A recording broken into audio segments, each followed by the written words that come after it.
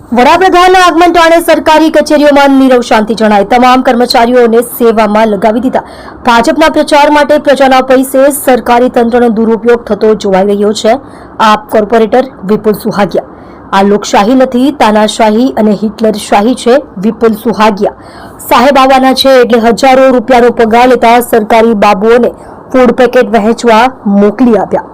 આપ કોર્પોરેટર વિપુલ સુહાગિયાનો આક્ષેપ. ગતરોજ વડાપ્રધાન મોદીની સુરત મુલાકાત પૂર્વે શહેરની તમામ સરકારી કચેરીઓમાં અઘોષિત રજાનો માહોલ જોવા મળ્યો હતો. સરકારી કચેરીઓ કર્મચારીઓ વિના ખાલી ખમ ભાસતી હતી. દરેક કર્મચારીને સાહેબની આગતા સ્વાગતા માટે જાણે રીતસર ધંધે લગાડી દીધા હોવાનું સ્પષ્ટ દેખાતું હતું. પૂર્ણા ગામ સ્થિત આવકના તેમજ બીજા ઉપયોગી દાખલાઓ કાઢતી કચેરીમાં પણ આ જ રીતનો નજારો જોવા મળ્યો હતો. આમ આદમી પાર્ટીના કોર્પોરેટર વિપુલ સુહાગિયાને ત્યાંના સ્થાનિકોના ફોન આવ્યા કે અમે સવારના 8 વાગ્યાથી આવકના દાખલાની કચેરી પર આવ્યા છીએ, પણ એક પણ સરકારી બાબુભાઈ હાજર નથી. આ બાબતે કોર્પોરેટર વિપુલ સુહાગિયાએ જાતે સ્થળ મુલાકાત કરતા માલુમ પડ્યું કે બધા સરકારી બાબુઓ વડાપ્રધાનની સેવામાં વ્યસ્ત છે. એક અધિકારીને ફોન કરીને પૂછતા જાણવા મળ્યું કે તેમને વડાપ્રધાનની રેલીમાં આવનાર વ્યક્તિઓને ફૂડ પેકેટ વહેંચવાની જવાબદારી સોંપવામાં આવી છે. આ મુદ્દે વિપુલભાઈ સુહાગિયાએ તંત્ર પર રોષ ઠાલવતા જણાવ્યું હતું કે ભાજપ તેના પ્રચાર માટે સરકારી તંત્રનો દુરુપયોગ કરી રહ્યો છે. શું લોકો આવા તાઇફાઓ માટે જ ટેક્સ ભરે છે?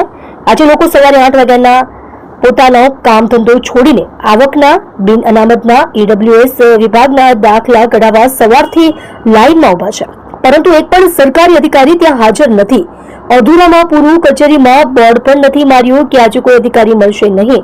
લોકોને ખોટા ધર્મના ધક્કા ખવડાવી ભાજપ શાસકો પ્રજાને હેરાન કરવાનું કામ કરી રહ્યા છે. વિપુલભાઈ સુહાગિયાએ જણાવ્યું હતું કે હજારો રૂપિયાનો પગાર લેતા સરકારી બાબુઓને આ રીતે ફૂડ પેકેટ વહેંચવા અને બીજી કામગીરી સોંપવી કેટલી યોગ્ય છે? આ લોકશાહી નથી, આ ભાજપ સરકારની તાનાશાહી છે, હિટલરશાહી છે. આમાં વડાપ્રધાનના આગમન ટાણે સુરતીઓને ધર્મના ધક્કા ખાવાનો વારો આવ્યો.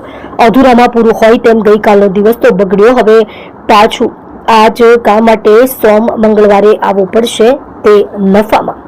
તમે જોઈ રહ્યા છો ગુજરાત સમ્રાટ news channel. Chief editor Bhavesh પાટીલની સાથે.